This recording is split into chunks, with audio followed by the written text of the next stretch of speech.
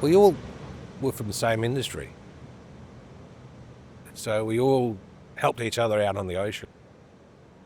If someone broke down in there, someone would be there to help straight away. It's only a matter of waving and you get the help. And that just transitioned into the town.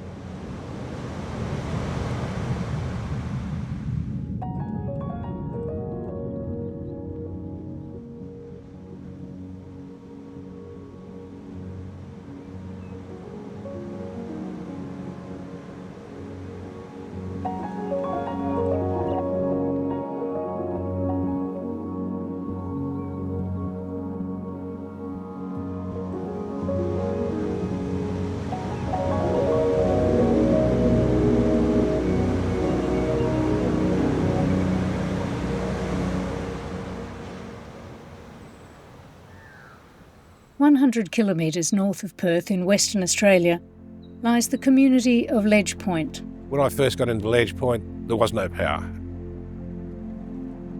You know, we had pretty well shacks in the town. Yeah, squatter shacks to start with. In the early days, life in Ledge was simple. People driving up there started crayfishing.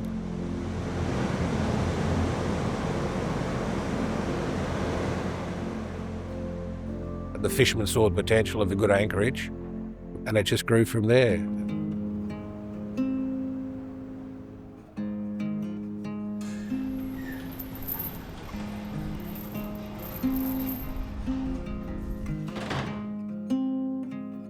When Dad got here in '57, Dad was driving a boat for my grandfather, and he lived in a tent. It was only a couple of years earlier, in 1955, that Ledge Point had been gazetted as a town, and at the first public auction, 24 lots were sold. However, services were still many years away. Rainwater tanks, generators, hand washing, the whole lot. Power was a problem. Roy had the power at the factory there, so if you fished for Roy, you got free power. If you didn't, you had kerosene lamps and Kero fridges. When we came, there was no power, no water. The kerosene fridges that didn't do what they were supposed to do, they either froze or went off. But you all got used to it. The old man bought this one, lot 26, and within 2 months they had built the first official house in Ledge Point. He and 30 of his mates came up and knocked it up in a weekend.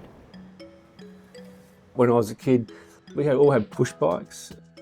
You could never really watch any TV because it was just snow. The black and white TV, and just made our own fun really. We had the jetty here that the big kids would push you off and you had to make it to the beach. And that's how you sort of learn how to swim. I had my own dinghy and used to go and pull pots by hand, row out, pull the pots by hand and sell them to my father. I had to get crays for all his cronies in Perth. By the 1960s, there were more than 30 boats fishing out of Ledge, but there were no limits on the number of crays you could catch.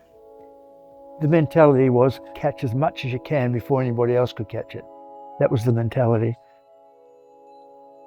We saw the decline in the catch rates. That was the sort of the warning sign.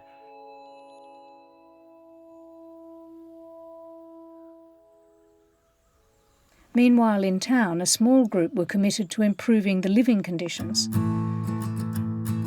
There was no phones, and Dad got onto telecom in those days, on Telstra, and they said, I can get 12 people to sign up for a phone.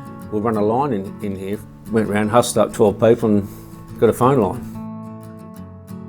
So you didn't have a good go yourselves and organise people and get it done. It didn't happen. Simple as that. The women decided that the children needed a lot more than just the sand and the sea. Through endless fundraisers, residents banded together to build the town's first playground and tennis courts. And in the Ledge Point spirit of knuckling down and getting things done, a community association was formed. So we built the town, really. The men built it with the productivity of the crayfishing, but we built it with our love of each other and helping each other and building all the things you need.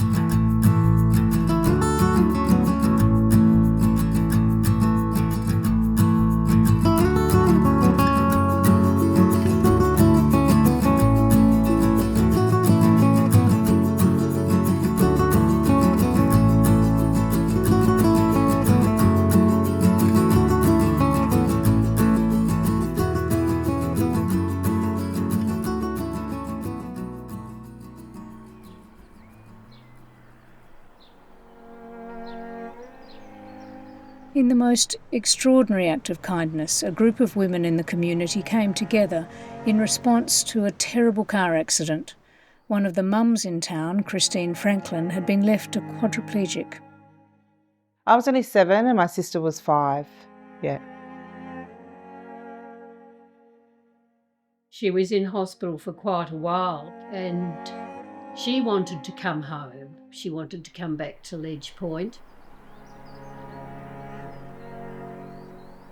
Spinal injuries specialist Sir George Bedbrook didn't believe a small town with only one shop and no medical facilities could possibly look after a quadriplegic. But he took the time to visit Ledge, and soon he understood this was no ordinary town. How could a quadriplegic with 2 young children come back to this remote coastal community? Yeah, he was shocked. They did it. They were staunch. They would here every day, every morning, helping with showers. We didn't have paid help. Without them, we wouldn't have been here. It's just a really small town and very close together, all the ladies. Very, very tight-knit, like everyone sort of helped each other out. But with nearly all the families relying on crayfishing, the issue of overfishing the crays needed to be sorted. That was really the time when, industry stood up and said, okay, let's take responsibility for what we're doing and we can actually go forward and have something for our kids and grandkids. I think it was about 2011-12 we transferred or transitioned to a quota system. And then overnight our quota got halved and then we had to sort of make do and survive with the new quota system. We went from 30-odd boats to Ledge Point to, I think there's 5 or 6 there now, so it decimated the schools and the small businesses in the towns, which is pretty unfortunate. It was a real ghost town. People just walking around with heads down. It was really morbid in the town. But the new limits to the catch were needed to ensure the crayfishing industry survived. The offshoot is that we've got the best managed fishery in the world, and that's what it is. The impact of the new quota system marked a turning point in the history of Ledge Point.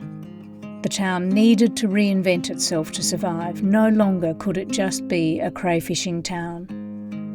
The town got together when this changes in the fishing industry occurred. I was involved with the building of the caravan park here, and that was really a community initiative. Our holiday makers are our main source of income now. So it used to be a fishing town, now it's a tourism town. But our locals are they're our special people.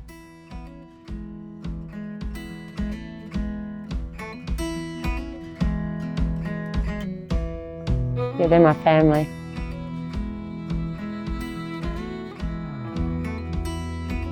Of all the things that the community of Ledge Point has achieved, surely the most astonishing is building a 9-hole golf course.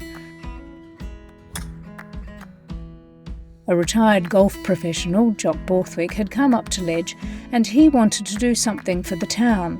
He used to come up and he said, what can we do for this town? I'm sure that there must be something we can help this town. So that's how it all started. With very little equipment, a group of volunteers came together, affectionately known as Dad's Army, and they pulled off the unimaginable, a profitable grass-green golf course. And I'm really proud to say that that golf professional was my dad. And what a legacy he and Dad's Army have left. To have a golf course in a small town like this, which is fully reticulated, grass, greens and tees, it's just unbelievable. And it was all fundraising, fundraising, fundraising that never stopped. I think the community just think it's part of our psyche. We just, if we want something done, we go ahead and do it. We don't sort of put our hands out very often, we just get on with the job and do it.